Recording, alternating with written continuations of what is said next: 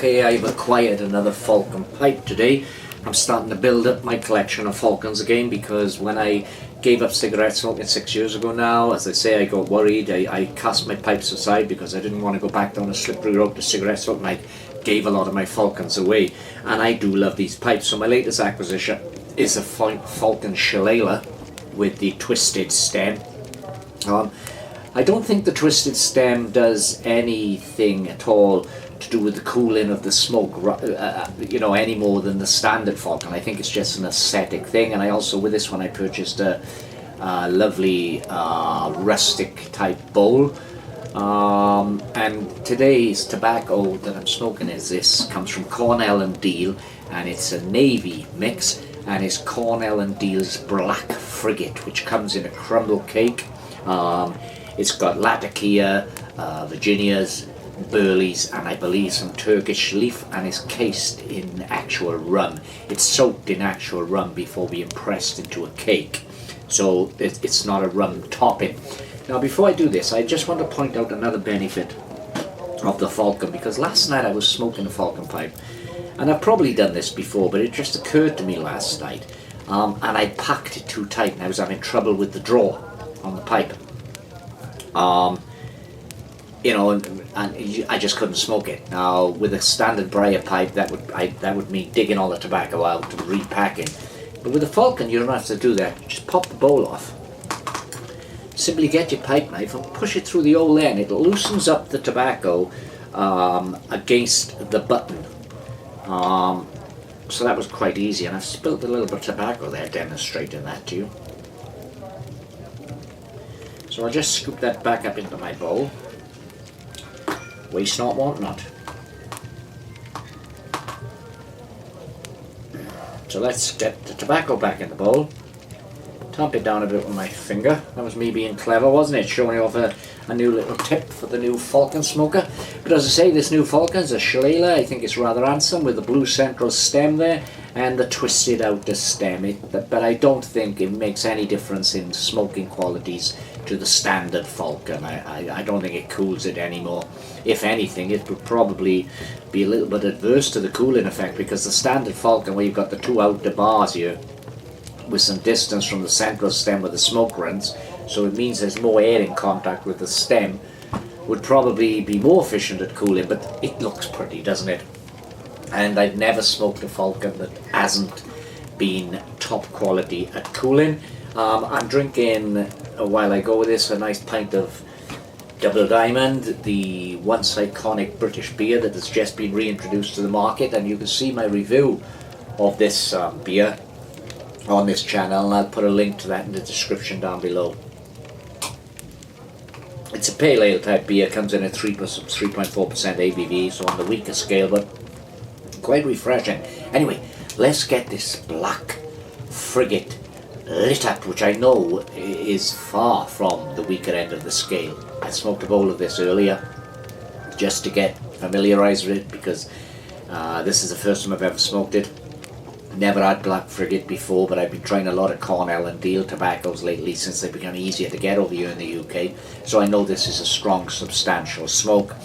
So this is going to actually be the second bowl of this stuff I've smoked, and in quick succession. Put hairs on your chest.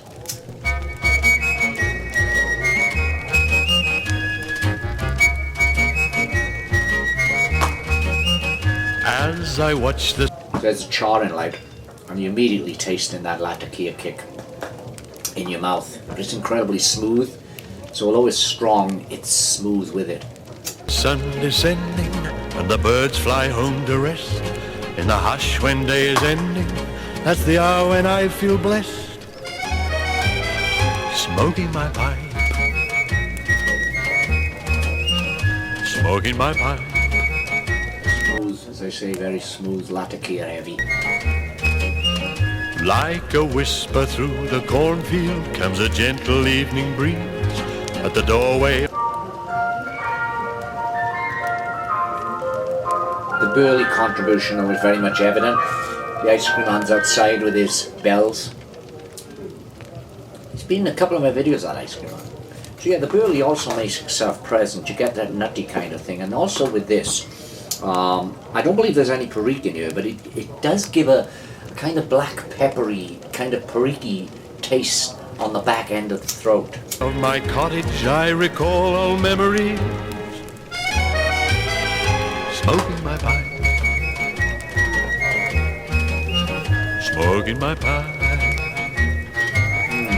Those far off places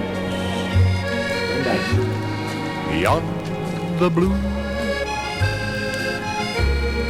familiar faces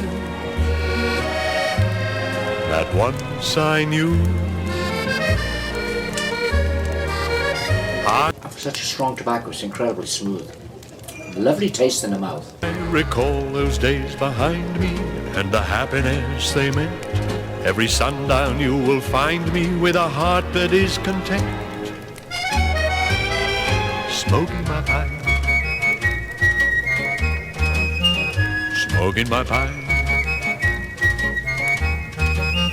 It's got a considerable nicotine content. This is not a weak tobacco, though in terms of, it's very smooth, so it's mild in that sense, but it's not mild in any other sense. As I say, I've experimented a lot with a few of the Cornell and Diehl blends lately because they've started to become available over here in the UK. I did Autumn Evening, which is complete polar opposite to this. That's aromatic with a maple top in. I did Bayou Night, which is a vapor. That's for Virginia and Perique. That was lovely. And this, which is totally pulls away from either of those other two tobaccos. In fact, all three tobaccos, if you made a scale of types of tobacco, they'd all be of a great distance between themselves. Because pipe smoking, I believe it's a hobby rather than an habit, and it is a voyage of discovery. You can stick with the one blend of tobacco if you want and smoke nothing else. I mean, if I had to do that, then I could probably exclusively smoke Condor. But it is a voyage of discovery.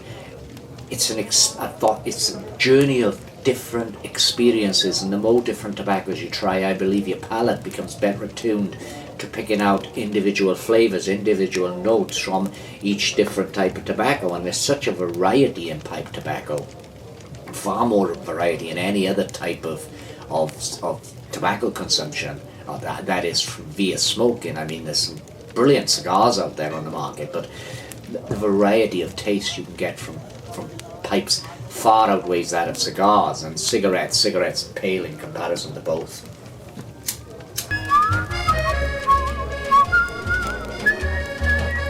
You remember the first time we met? You were the only one in that railway carriage who didn't like me smoking my dear old pipe.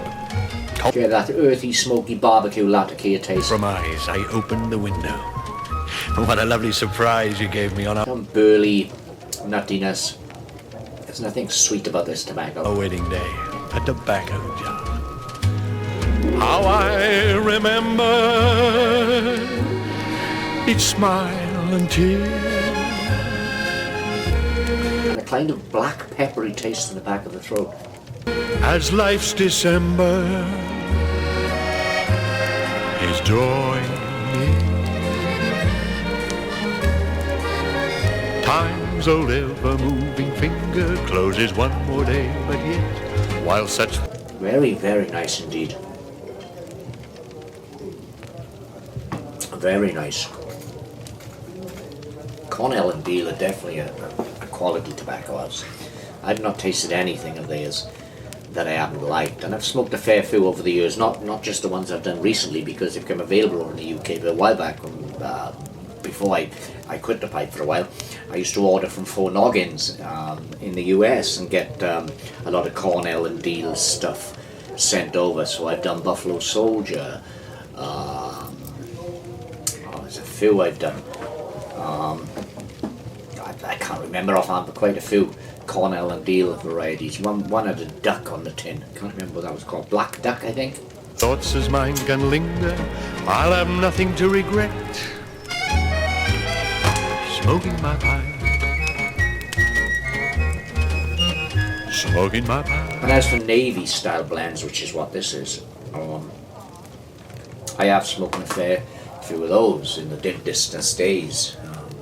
back when I was first pipe smoking, because I was doing a lot of experimenting then with different types of tobaccos. You get excited, don't you? You try a tobacco, and then you try another tobacco and another tobacco, and then you start getting interested in the different styles of tobacco, the different varieties, your Virginias, your Burleys, your Orientals, your Kentucky, your Periques, you get all that, and you start going on this journey, and it's a journey that's never ending, because there's always something new to try. And that is, I think, one of the beauties of pipe smoking. Smoking my pipe. This Black Frigate is a big hit with me. I'm really enjoying this. I think the room note is probably a little intense. I'll have to make sure I do a bit of spray and some air freshener before the wife gets home. Or I get a clip across the ear. Stop smoking that pipe in the house. Women don't understand the peace that you get from smoking a pipe. The relaxation, the sheer unadulterated pleasure of a black acrylic bit between your teeth, a bowl full of good tobacco, and the smoke running down. Well, tobacco makes you very poetic, I think. I've got a lot of other tobacco reviews coming up on this channel. I recently bought a tin of Gareth August's CC, which used to be called Coffee and Cream before the tobacco legislation limited the certain descriptors you could use in relation to tobacco.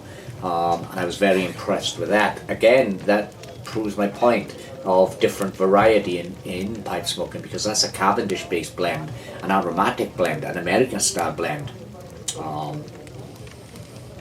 Ironically, C&D is an American company, so Black Frigate is an American company, and yet Samuel Gow's American blend C&C, which is a British blend, is far more American than this Black Frigate in style.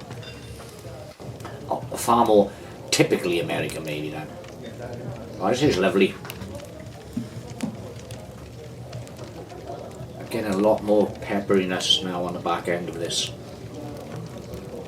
And that earthy campfire Latakia that I love Latakia. I've got those couple of tins of Lat Bomb upstairs as well in my cellar to try canoe, Pessy canoe. I haven't tried that yet.